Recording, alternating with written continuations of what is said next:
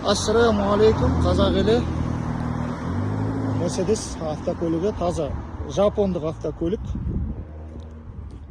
150 мың пробег километрмен.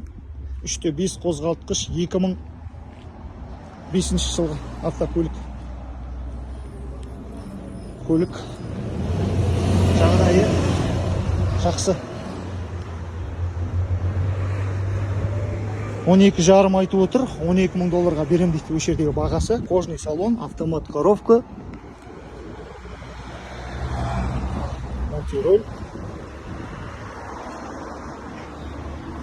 Көлік өте жақсы қалды екен. Нақты ұсыныс болса хабарлассаңдар болады. Кімге қызық тұрса, біздерге қоңырау шалып, бұл көліктің иесі сізде бола аласыз.